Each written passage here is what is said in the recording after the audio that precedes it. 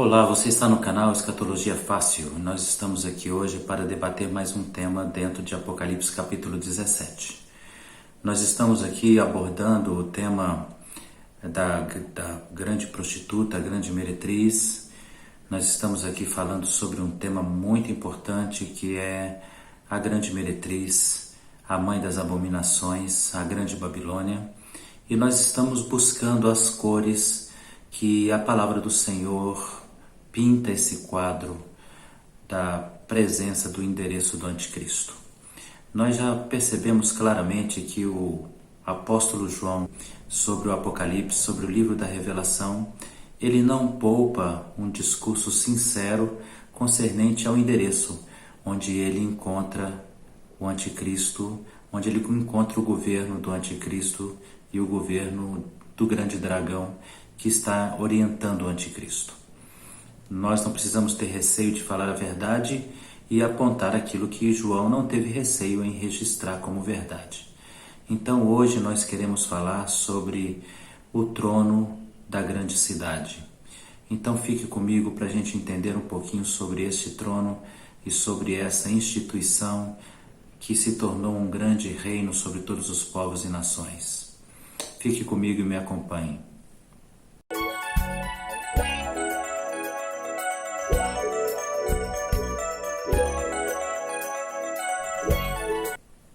Vamos começar então lendo Apocalipse capítulo 17, que é a base do nosso encontro nesses últimos dias. Nós temos falado muito sobre ele.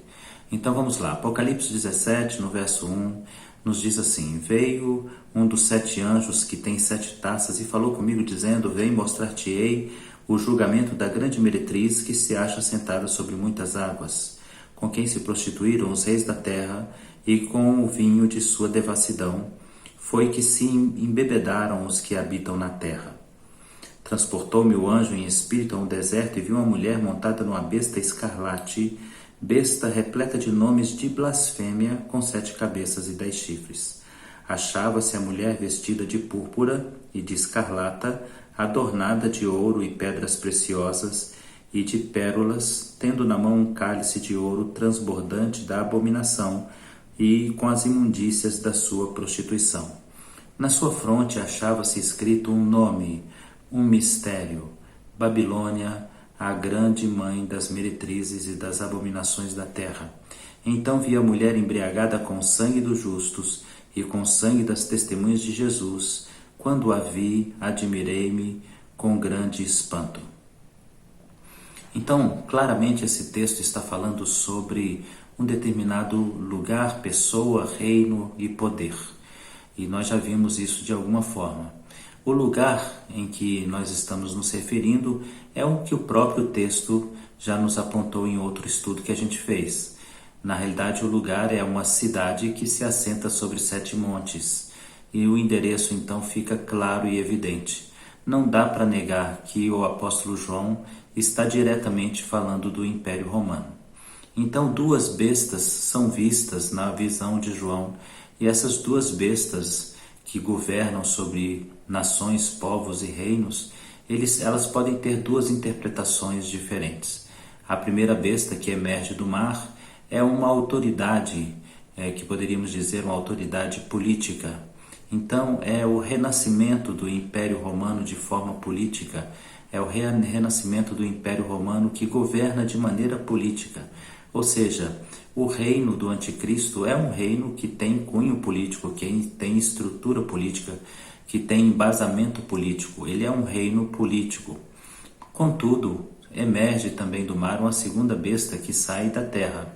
E essa besta que sai da terra é uma referência espiritual à presença de um profeta, à presença de alguém que vem como um profeta. Então nós vamos encontrar aí esse governo tendo uma característica histórica, social, política e uma característica profética. Então nós estamos falando de duas realidades que estão presentes no mesmo reino, no mesmo governo. Uma realidade política, uma realidade de instituição política e uma realidade de instituição com cunho religioso e espiritual profético. É natural, como eu já disse para vocês, é inevitável dizer que o apóstolo João está falando do Império Romano. E ele chama o Império Romano no capítulo 1 de grande meretriz. Nós não devemos nos espantar com esta informação de grande meretriz, porque a referência à grande meretriz é a ideia de quem se prostituiu, de quem adulterou com deuses estranhos. No contexto de Apocalipse, no contexto da revelação de João, a ideia que está no coração de João é a ideia da prostituição com um Deus estranho, ou com deuses estranhos. Contudo, o que ressalta nessa adoração é aquilo que João vivia em seus dias, que era a realidade do culto ao imperador. Então, quando João fala da prostituição, da meretriz, ele está falando de uma instituição, e é Roma, e é uma instituição em Roma, é uma instituição da cidade edificada sobre 7 montes. Então nós estamos falando claramente de Roma, que se paganiza com a adoração ao imperador. Então, historicamente, essa adoração existiu realmente ao imperador, não foi desde sempre assim. Isso começou em um processo histórico que foi se evoluindo a ponto dos imperadores se autodeclararem deuses na terra, e dizem, alguns historiadores apontam para uma influência do Egito quando este fora subordinado a Roma, e essa influência foi repassada aos imperadores, que começaram a adotar o mesmo sentimento dos faraós, de serem adorados e exigirem a adoração de como se fossem um deus. Então a gente encontra essa veneração, essa adoração ao líder político como sendo a grande ofensa ao Senhor, e o que transforma o Império Romano numa meretriz, numa traidora dos princípios divinos, numa traidora do Senhor Deus. E no segunda característica, uma característica espiritual, é a presença dessa lembrança, dessa veneração contínua aos imperadores que se transformam em deuses, que se transformam em semideuses. Então a ideia de João a essa adoração à meretriz é um apontamento para a adoração ao imperador. O grande foco é o paganismo de adorar um homem, de adorar um ser vivo, um ser humano, de venerar um ser humano como se fosse Deus.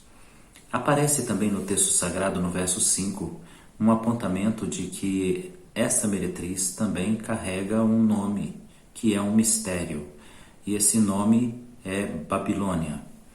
Bem, o apontamento à Babilônia é um apontamento a um contexto histórico que a gente precisa encontrar no Império Romano, que é chamado na Bíblia como o Império de Nero Redivino, que seria uma ressurreição, um ressurgimento do já extinto Império Romano, que dominou sobre o mundo inteiro austeramente, de maneira sangrenta e terrível, mas que vai ressurgir como um império político-religioso e que vai se estabelecer na grande cidade edificada sobre montes, e que nós sabemos que esse é o endereço do Vaticano. Bem, o que acontece é que essa representação de que essa cidade é a Babilônia não é uma novidade. Na realidade, o Senhor encontra essa relação de uma cidade com Babilônia a partir de um contexto histórico passado, que começa lá com Nimrod, que é o primeiro indivíduo a reunir em torno de si uma multidão de culto à sua pessoa, e que é o precursor da cidade Babel. E a cidade Babel, que significa portão de Deus, era uma ideia de edificar um zagurat, que é na realidade um templo, e esse templo foi inaugurado ao Deus Belo, e na realidade parece ser um apontamento ao próprio Nimrod. E depois esse Deus belo ele ganha o nome, o codinome comum usado no Velho Testamento de Baal, que quer dizer meu dono ou dono.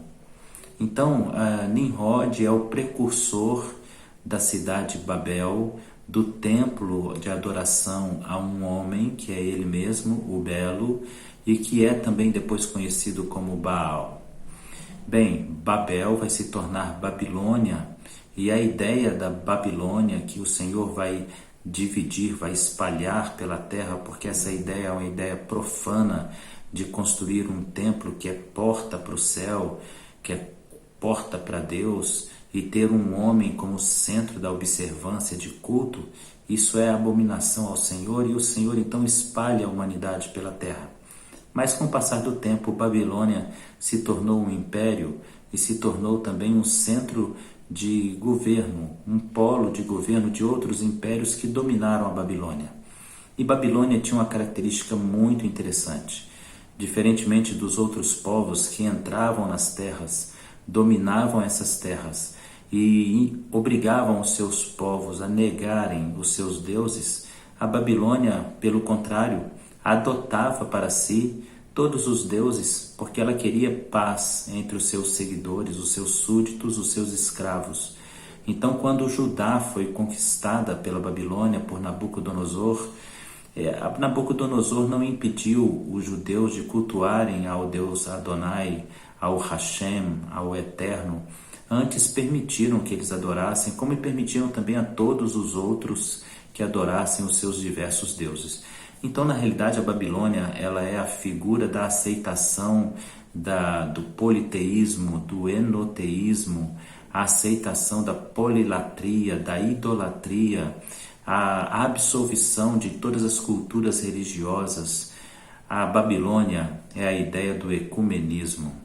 Então, na realidade, o que nós estamos encontrando hoje dentro da atual Babilônia, que é a cidade do Vaticano, que tenta incutir no coração das pessoas o ideal babilônico de ecumenismo.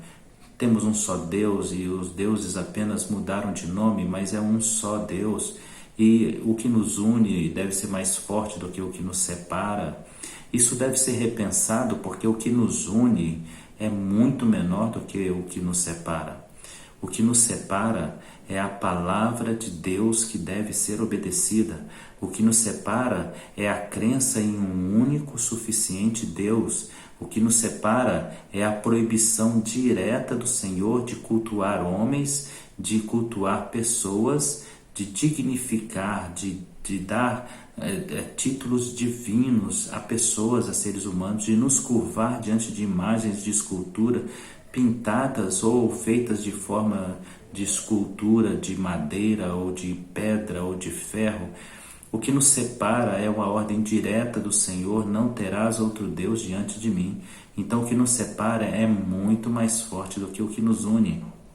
O que nos une talvez seja o desejo de ter um encontro real com Deus, o desejo de sermos cultuadores de Deus, o desejo de servirmos a Deus, mas o desejo não pode ser maior do que o mandamento do Senhor. Então não abrimos mão do mandamento do Senhor, e isso é muito mais forte do que o desejo dos homens de manterem a paz entre si. Então não há comunhão entre luz e trevas, não há comunhão entre bem e mal, não há comunhão entre o doce e o amargo, não há comunhão entre o diabo e o Senhor, não pode haver comunhão entre ídolos e o Deus eterno de Israel. Então é impossível que isso aconteça.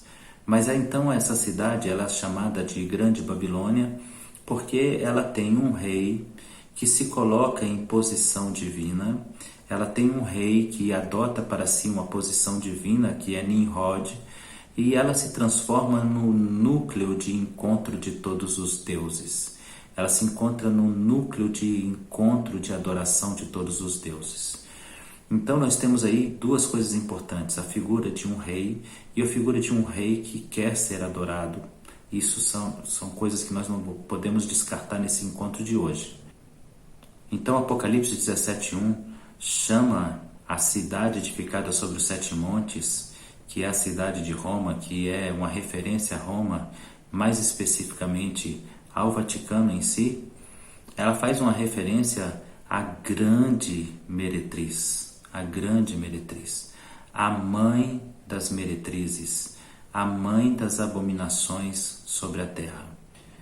Então esse paralelo de comparação em colocar uma cidade como sendo a mãe das meretrizes, como a mãe das abominações, como a grande Babilônia, porque recebe em seu bojo aquilo que Nimrod criou, uma adoração a pessoas, aquilo que Nimrod criou, um templo que se chama Deus, mas onde o Deus que é adorado é o ser humano, onde há um ajuntamento de outros deuses, um panteísmo, um enoteísmo, uma polilatria, uma idolatria sem questionamentos, não é um paralelo novo para a gente que acompanha a história, para a gente que acompanha a Bíblia.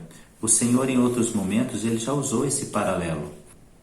Nós encontramos, por exemplo, em Naum, capítulo 3, o Senhor apontando Nínive como uma Babilônia, porque Nínive tornou-se um centro de concentração de idolatria.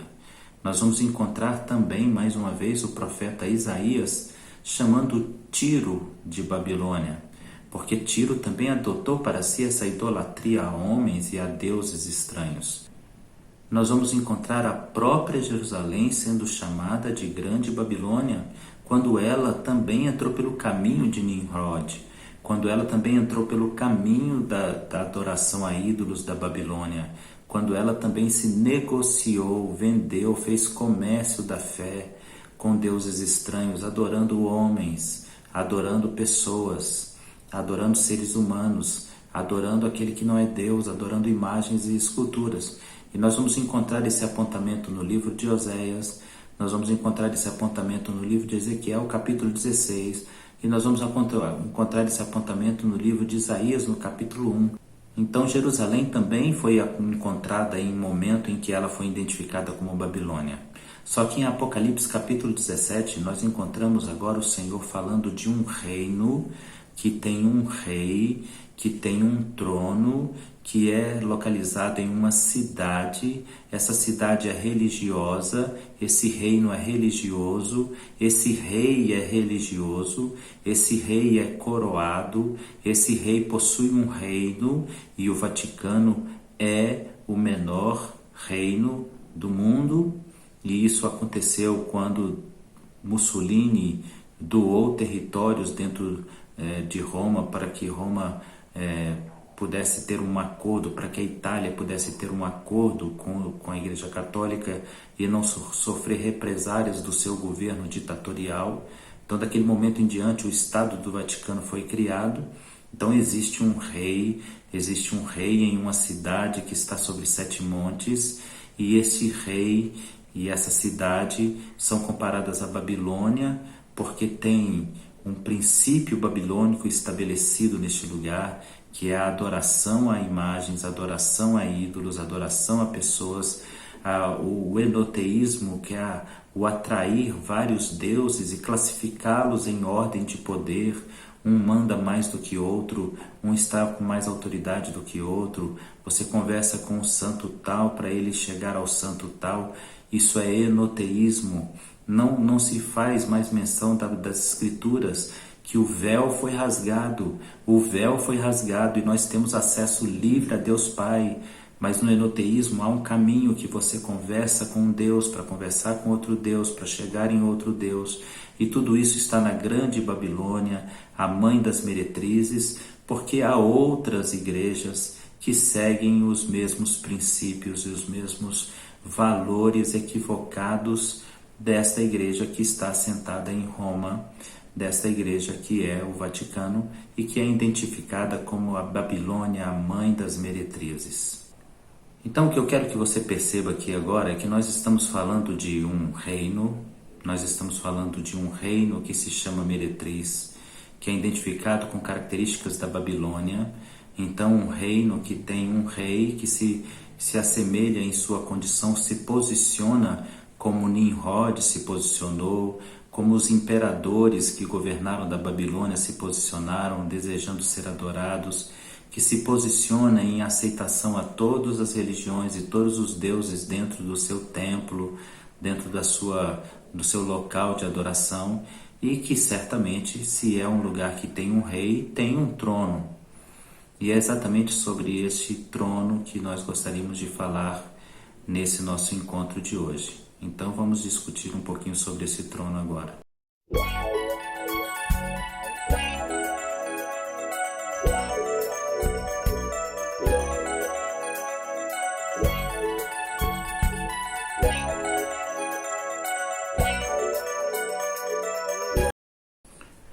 O que é interessante nesse estudo é que ele pode se tornar muito assustador em algum momento. Bem, se a Bíblia está falando de Roma, e está falando de Roma, isso é claro no entendimento do que João está escrevendo no livro da Revelação.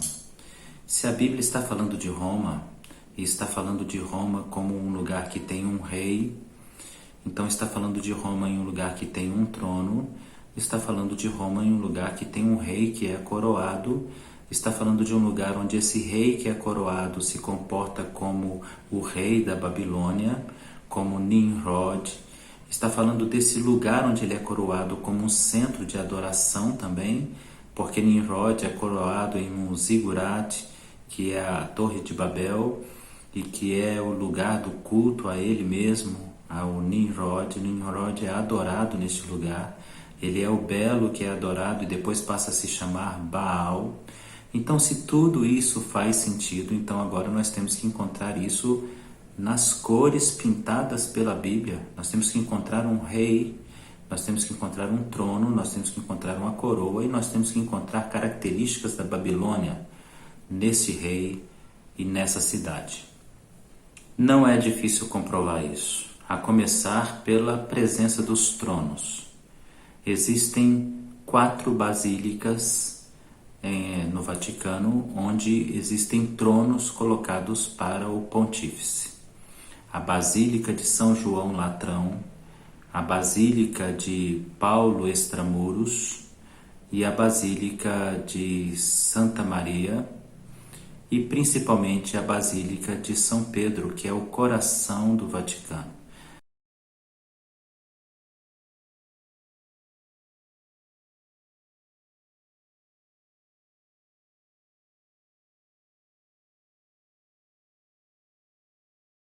Nessas 4 basílicas há tronos para o pontífice, que é coroado. O pontífice é um título que se atribui ao líder da Igreja Católica Apostólica Romana. Antigamente esse título ele era dado ao imperador. A palavra pontifex significava ponte. Ele era uma espécie de ligação entre reinos e governos que existiam sobre o seu governo, sobre a sua liderança. O Império Romano ele era muito amplo.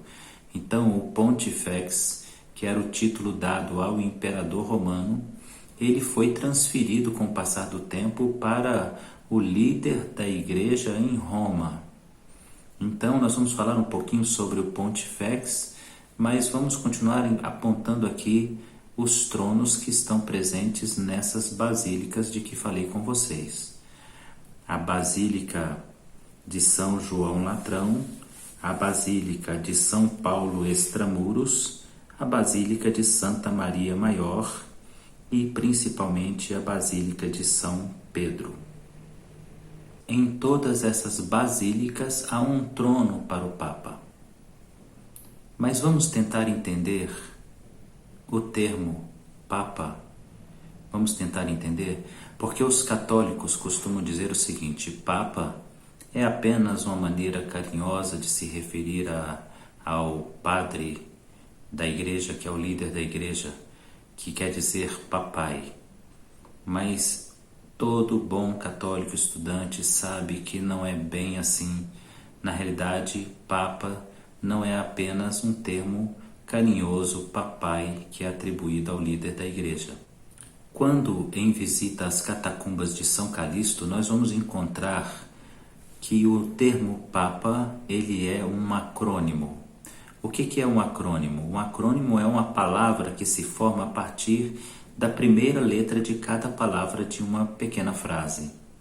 Então, Papa é um acrônimo. O P, o A, o P e o A formam 4 palavras distintas. E essas palavras são encontradas pelo testemunho arqueológico da palavra, que podem ser Petri Apostoli Potestatem Accipiens, que poderia ser traduzido como o apóstolo Pedro tomou o poder, ou alguém que toma o poder no lugar do apóstolo Pedro. Então veja, Papa não é papai apenas, mas é alguém que toma o poder no lugar de Pedro.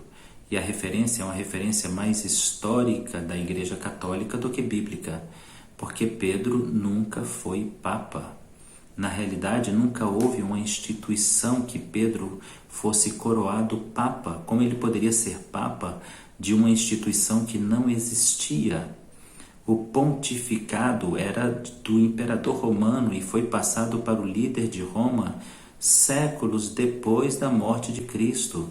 Então, como poderia Pedro ter sido o Papa ou Pontifex, quando nem esse título era dado a alguém da igreja, e nem mesmo a igreja tinha essa autoridade que o Pontifex passa a ter?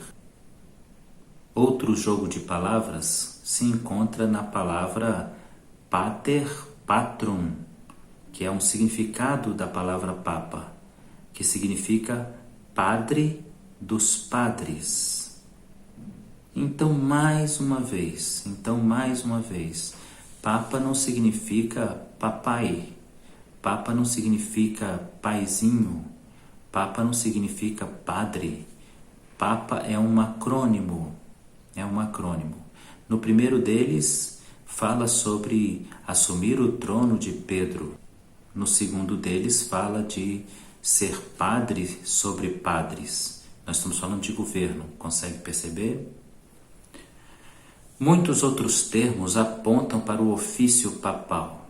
Ele também é chamado de Pontifice Aureum Perpetuum Aureculum, que seria ponte entre homens e Deus. E aí há uma pergunta que a gente pode fazer: Jesus é o caminho? Como a igreja cria uma ponte? É uma ponte de ligação com outras religiões. Não há nenhuma ligação do cristianismo com qualquer outra religião, porque o cristianismo acredita na exclusividade de um Deus. Não há como fazer alianças com outros deuses. As trevas não podem se aliançar com a luz, nem o doce com o amargo, nem o bem com o mal. Então, a ideia de que é melhor ser construtor de pontes do que de paredes é uma ideia dos líderes romanos do antigo Império Romano revivido. E é esse o significado do termo 666 que aparece no livro de Apocalipse, que significa Nero redivino, ou a ressurreição do Império Romano, que aparece agora como o Império Romano no Vaticano. Então vamos tentar entender mais uma vez essa figura papal, que é alguém que está sobre a igreja como um rei. A lista dos nomes oficiais do Papa aparece no ditado anuário do Pontifício em 2009. Ele é chamado de Episcopos Romanos, Bispo de Roma, Vicarius Iesu Christi, Vigário de Jesus Cristo, que quer dizer substituto de Jesus Cristo, Successor Principis Apostolorum, que quer dizer sucessor do príncipe dos apóstolos, Summus Pontifex Ecclesia Universalis, Sumo Pontífice da Igreja Universal,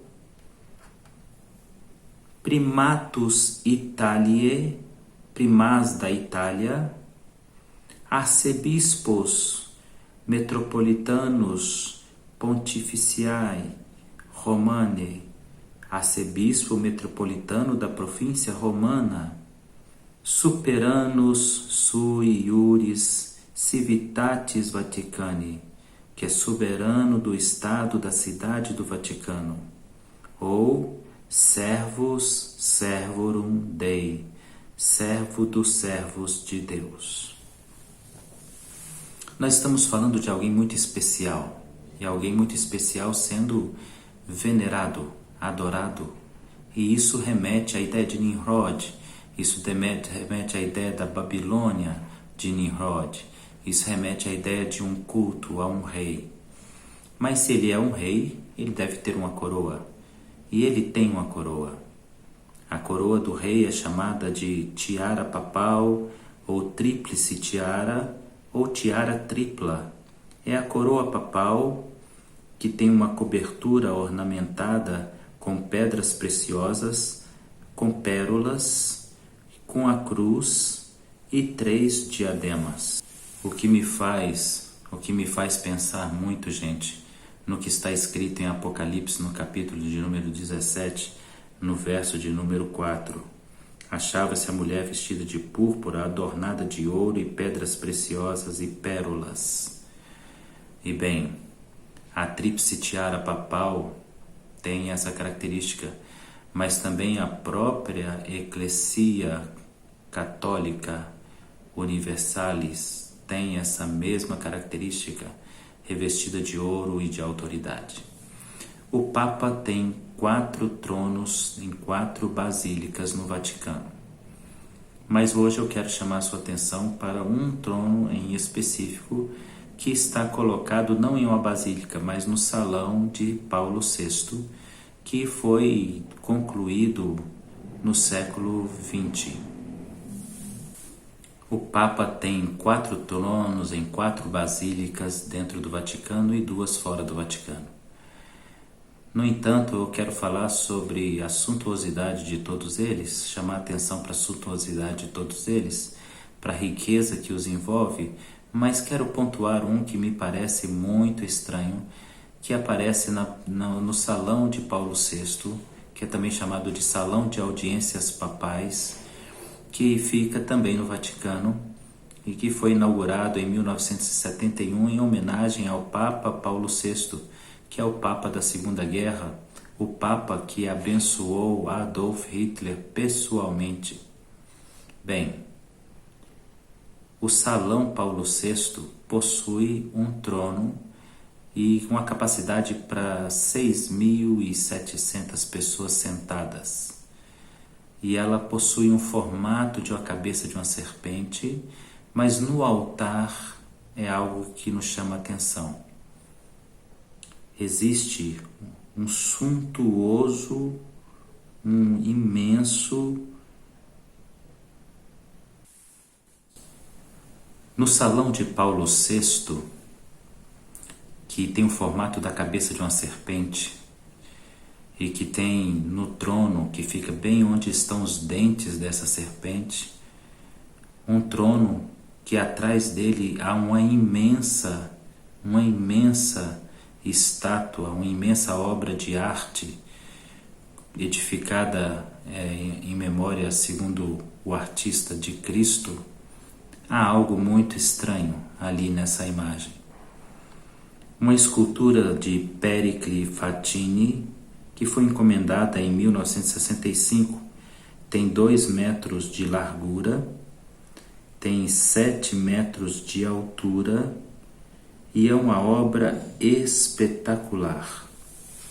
Que eu gostaria que nessa imagem, nessa fotografia, você observasse,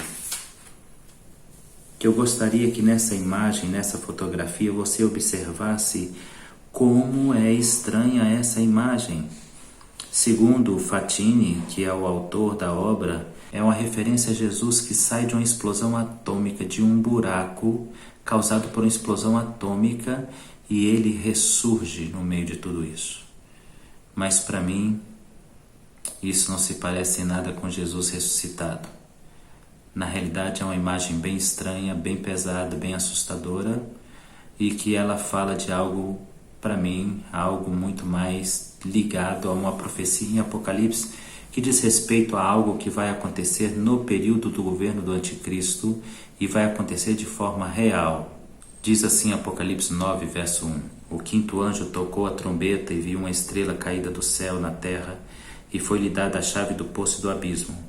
Ela abriu o poço do abismo e subiu fumaça do poço como fumaça da grande fornalha, e com a fumaça saída do poço escureceu-se o sol e o ar. Também da fumaça saíram gafanhotos para a terra. Foi-lhes dado o poder como quem tem os escorpiões da terra. Foi-lhe dito que não causassem dano à erva na terra, nem a qualquer coisa verde, nem a árvore alguma, somente aos homens que não têm o selo de Deus. Uma fumaça sai do abismo sobre a liderança de Satanás. Escurece o céu. É curioso que a imagem de Fatine, que está no salão das audiências do Vaticano, seja tão semelhante ao relato de Apocalipse 9, e isso nos causa grande estranheza, porque é uma imagem sinistra e aterrorizante. Os tronos do Vaticano falam sobre um rei, o rei sobre uma cidade, o rei que tem um poder, o rei que recebe adoração, um rei que é adorado, um rei que comete a blasfêmia, a ofensa de assumir o lugar de Jesus Cristo. Um dos nomes do pontífice é substituto do Filho de Deus, vigário de Deus, pois a palavra do nosso Deus nos diz que Jesus Cristo disse a seguinte frase: Eu vou para o Pai, mas não vos deixarei órfãos, vos enviarei outro em meu lugar, o Espírito Santo da verdade, que vos guiará a toda a verdade e fará a vontade do meu Pai. Isso é contra o ensinamento que a Igreja Católica Apostólica passa. Bem, eu convido você para nos acompanhar no próximo encontro sobre Apocalipse 17, onde continuaremos exatamente do ponto do versículo que nós deixamos de ler. Pense sobre o que nós falamos. Reflita, é tempo de refletir sobre essas coisas. Deus te abençoe. Obrigado pela sua companhia.